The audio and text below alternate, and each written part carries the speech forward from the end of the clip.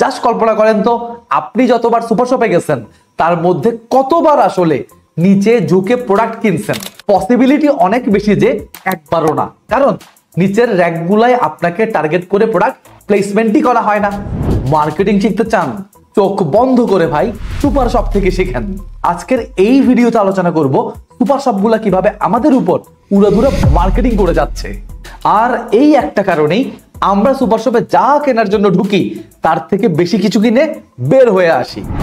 Super শপে ঢোকা মাত্রই আপনি দেখতে পাবেন পারফিউম সেকশনটা সবার শুরুতে থাকে। এখানে পয়েন্ট হচ্ছে, সুপার শপে ঢুকেই যদি পারফিউমের স্মেল পাওয়া যায় তবে নিজেকে কিছুটা রিফ্রেশিং লাগে এবং এই সুপার শপের প্রতি একটা পজিটিভ ভাইব তৈরি হয়। আর এই পজিটিভ ভাইব আপনাকে মোর পারচেস করতে ইনফ্লুয়েন্স করে, কারণ একটা স্টাডিতে দেখা গেছে হ্যাপি পিপল স্পেন্ড মোর। আজকে কথা বলবো একটা সুপার শপ তার প্রোডাক্ট প্লেসমেন্টের মাধ্যমে কি করে আমাদের বেশি সময় তাদের সুপার শপে থাকতে বাধ্য করে এবং বেশি প্রোডাক্ট কিনতে বাধ্য করে। সুপার শপে গেলেই আপনি দেখতে পাবেন প্রোডাক্ট ক্যারি করার জন্য এইরকম কিছু বাস্কেট বা শপিং কার্ট আপনার জন্য অ্যাভেলেবল থাকে।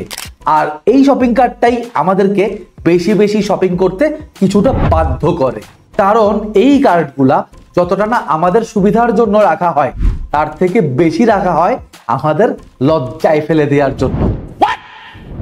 প্রমাণ দেই, আপনি সুপার শপগুলোতে কখনো ছোট শপিং কার্ট দেখছেন? দেখবেন না, কারণ এত বড় একটা কার্ট অথচ কিনলাম খালি একটা শ্যাম্পু আর একটা বিস্কুট।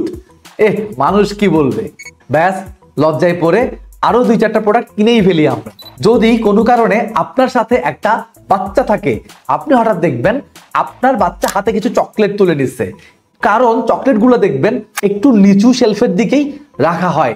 এইটার রিজন হচ্ছে বিকজ অফ বাচ্চার হাইট, কারণ বাচ্চাদের হাইট সাধারণত 2 থেকে 3 ফুটের মধ্যেই হয়ে থাকে। এইটার একটা প্রমাণ দেই, জাস্ট কল্পনা করেন তো, আপনি যতবার সুপার শপে গেছেন তার মধ্যে কতবার আসলে নিচে ঝুঁকে প্রোডাক্ট কিনছেন। পসিবিলিটি অনেক বেশি যে একবারও না, কারণ নিচের র্যাকগুলাই আপনাকে টার্গেট করে প্রোডাক্ট প্লেসমেন্টই করা হয় না। আপনাকে টার্গেট করে যেই প্রোডাক্টগুলো প্লেসমেন্ট করা হয় সেগুলো সাধারণত আপনার চোখের সামনে থাকে, কারণ মার্কেটিং এ একটা কথা আছে, eye level is by level. আর আপনার আই লেভেলে সেই সব প্রোডাক্টই রাখা হয় যা আপনি কিনতে পারেন এবং এই লিস্টে সাধারণত সেই প্রোডাক্টগুলাই থাকে যেগুলোর প্রফিট মার্জিন সব থেকে বেশি। আর এই বেশি প্রফিট মার্জিনের প্রোডাক্টগুলা আপনি যখন চোখের সামনে দেখেন তখন সেগুলো তুলে তুলে বাস্কেটে নামিয়ে রাখেন। আরো একটা ইন্টারেস্টিং ব্যাপার হলো, সুপার শপগুলোতে কখনো কোনো জানালা রাখা হয় না। এইটা করা হয় যেন আপনি সময় সম্পর্কে কোনো ধারণাই না রাখতে পারেন। বিকাল গড়িয়ে সন্ধ্যা হলেও যেন আপনার বাসায় যাবার তাড়া না আসে। আর সুপার শপগুলায় খেয়াল করবেন সবসময় স্লো মিউজিক বাজানো হয়। আর আমার সাউন্ড মার্কেটিং এর ভিডিওতে এই কথাটা আমি বলছিলাম, যে সুপার শপে ফাস্ট মিউজিক না বাজিয়ে স্লো মিউজিক বাজানো হয় এখানে 38% সেলস বেশি আসে। এটার পেছনের যুক্তি হলো স্লো মিউজিকের তালে তালে কাস্টমাররা ধীরে চলাচল করে। প্লাস আপনি সুপার শপে ঢুকলেই নিজেকে একটা কমফোর্টেবল প্লেসে আবিষ্কার করবেন, কারণ সুপার শপগুলো একটা ক্লিন এনভায়রনমেন্ট রাখে আপনার জন্য, সাথে কুল টেম্পারেচার। কারণ আপনি সুপার শপে যত বেশি টাইম স্পেন্ড করবেন ঠিক তত বেশি প্রোডাক্ট পারচেজ করবেন। সুপার শপে আমরা সাধারণত যাই চাল, ডাল, আটা, ময়দা ইত্যাদি বেসিক প্রোডাক্টগুলো কিনতে, তাই না? আর এই প্রোডাক্টগুলোকেই এন্ট্রি গেট থেকে কিছুটা দূরে রাখা হয়, যেখানে যেতে বাম বা ডান থেকে দারুণ সব ঘ্রাণ আসে বা দারুণ সব আকর্ষণীয় প্রোডাক্ট চোখে পড়ে।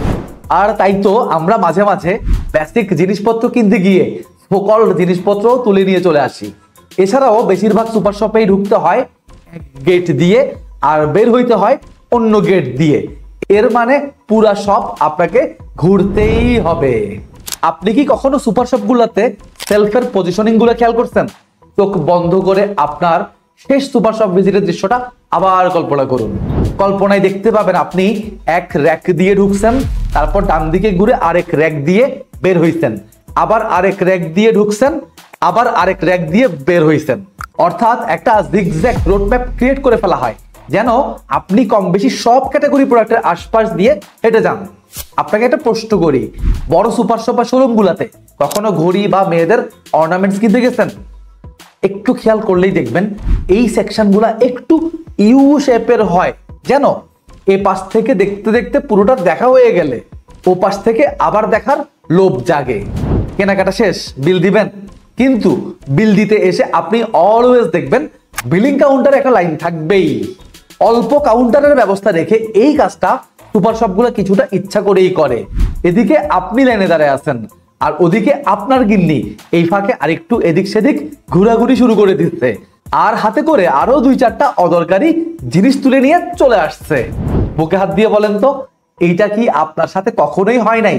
আরেকটা জিনিস খেয়াল করলে বুঝতে পারবেন, এই বিলিং কাউন্টারের আশেপাশে কিছু ছোট ছোট জিনিসপত্র রেখে দেওয়া হয়, এই যেমন চকলেট, বাদাম, মুখরোচক বিস্কুট, ছেলেদের শেভিং রেজার বা ফোম ইত্যাদি। কারণ পেমেন্ট কাউন্টার হচ্ছে এমন একটা জায়গা যেখানে আপনাকে আসতেই হবে, আর এই লাইনে দাঁড়ানো অবস্থায় আপনার ইম্পালস বাইং মোড অ্যাক্টিভ হয়ে যায় আর মনের অজান্তেই ওই জিনিসগুলো আপনার কিনতে ইচ্ছা করে। আর সাথে যদি বাচ্চা কাচ্চা থাকে তাইলে তো কথাই নাই, সাথে বাচ্চা থাকবে আর 2-1টা চকলেট দিবে না, সে কি হয়? চকলেটের বিলটাও আপনাকে শেষমেশ দিয়ে তবেই সুপার শপ থেকে বের হতে হবে। সুপার মার্কেটগুলো আরেকটা জায়গায় আপনাকে নিয়ে খেলে, আর সেটা হইল প্রাইসিং। আপনি যখন একটা নর্মাল গ্রোসারি শপে একটা প্রোডাক্ট কিনতে যান, সেখানে ওই প্রোডাক্টের প্রাইস যদি হয় 300 টাকা, সুপার মার্কেটে এসে দেখবেন সেটার দাম 299 টাকা। আর এই 1 টাকা কম হবার ফলে আপনার কাছে সুপার মার্কেটের প্রোডাক্ট প্রাইসটা অনেকটা চিপার লাগা শুরু করে। প্লাস সুপার মার্কেটে আপনি প্রায়ই দেখবেন 2টা কিনলে একটা ফ্রি, বা একসাথে 3টা প্রোডাক্টের কম্বো প্যাকেজের দাম নর্মাল দাম থেকে 30 টাকা কম। এই ধরনের প্রাইসিং গুলোও আপনাকে বেশি বেশি পারচেজ করতে কনভিন্স করে ফেলে। আর এরকম প্রাইসিং সুপার শপ আপনাকে অফার করতে পারে কারণ তারা বাল্ক ভলিউমে প্রোডাক্ট পারচেজ করে বলে। সবশেষে বলতে চাই, সুপার শপগুলায় রেজর থিন মার্জিন থাকে, তাই সুপার শপগুলোকে নানা রকম টেকনিক অ্যাপ্লাই করা লাগে প্রফিট মার্জিন বের করে আনার জন্য।